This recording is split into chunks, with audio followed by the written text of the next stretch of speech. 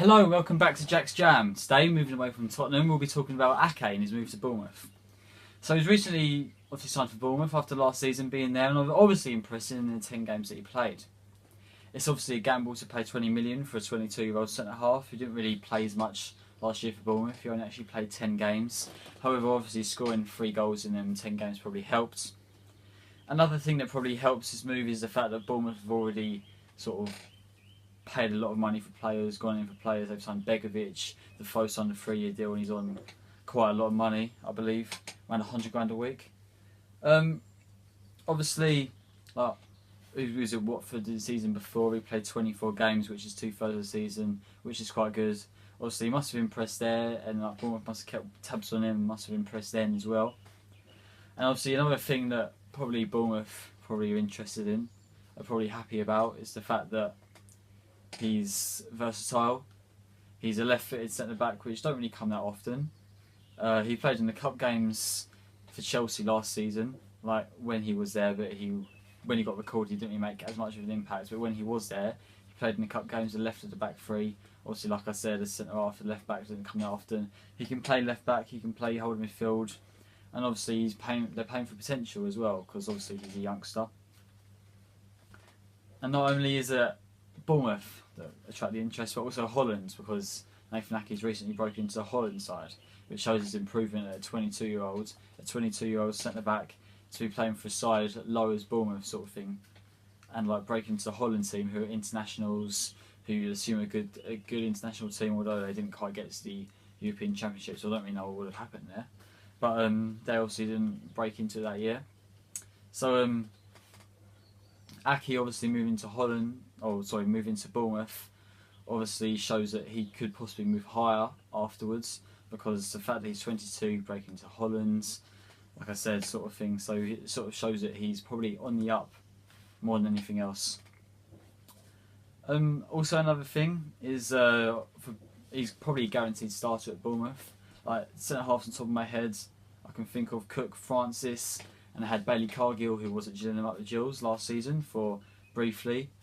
Obviously, he's another left-foot centre half, but he's young and possibly not really, obviously ideal. The fact that he was on loan to a League One team last year, whereas Nathan Ake was on loan at Bournemouth and Watford the year before, and he's 22, and he's obviously shown more improvement.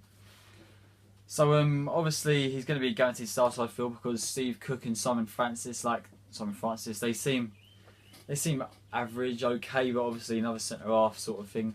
I'd like to think that he'll be playing next season. Charlie Daniels does well as a left back. I know at Bournemouth he was at Gills as well, and at Spurs, which is obviously a player which I'm obviously in love with. So and then obviously hopefully he'll play left back.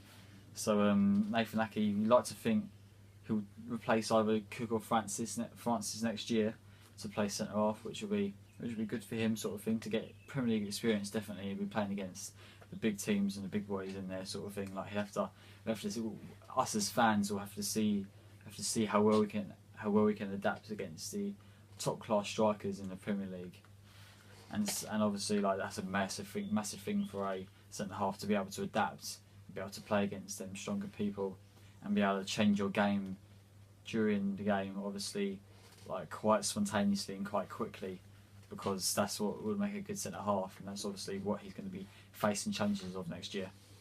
Obviously,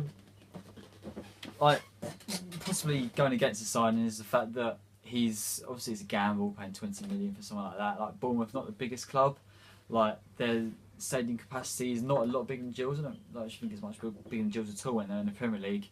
And you question like them spending their money on 20 million on Nathan Ake sort of thing. So there's a lot of pressure going on him. A lot of the fans were thinking, he's going to obviously give us either a lot of pressure and very much high expectations to be able to, be more favourable and more needed rather than expanding the stadium, for instance, or maybe rather than 20 million, putting the money to buy players somewhere else.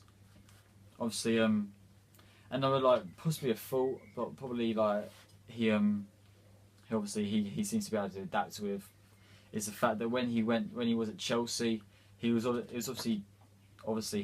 came back from Bournemouth last season, and he just sort of didn't really he didn't really spark at Chelsea sort of thing. But then, like, to give him credit and his defence on the other hand, it's obviously difficult to break into like a Premier League winning team with such a great defence, such a great defensive record. Like, it's hard to replace the likes of Cahill, Louise, Aspilicueta last season when they're keeping so many, not really clean sheets, because I know they had a lot of games where Courtois let a lot of goals in, but where they were still had a solid defence. It's a bit difficult for him to obviously break into that, and obviously the player being dropped was feel a bit lack of confidence sort of thing to be dropped when your defence is doing so well. So that's obviously, you know, on the other hand sort of thing, why obviously he wouldn't break into the Chelsea team even though he was recalled.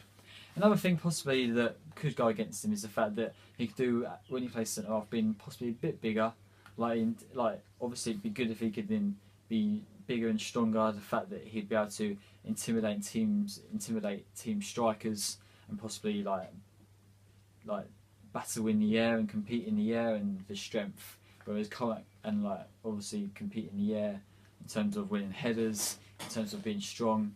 Whereas currently he probably doesn't quite do that as much as you know most centre halves do. But obviously he's got to adapt his game plan. He's there for a reason. He's not quite as big as some centre halves. So obviously teams have got to see something in him to see past the fact that he's probably quite small for a centre half when he does play centre half. So overall, I'd say Nathan Ake to Bournemouth, probably a good signing. I think they needed it really. It's young, I think it's a good club for him to ignite his career sort of thing.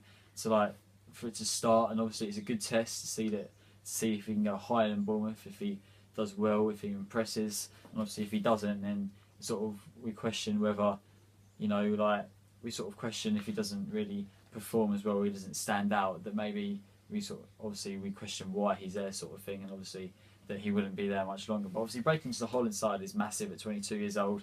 It sort of shows he's got real potential.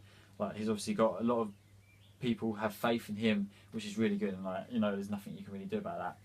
So so overall, good signing, I'd say. Very good signing for Bournemouth. I think obviously maybe the price tag is a bit questionable, but we'll see. And obviously Bournemouth, hopefully a good season for them next year, and hopefully Nathan Ake can perform. Okay, so thank you for watching. Please like, comment and follow everything in the description, and subscribe, and goodbye.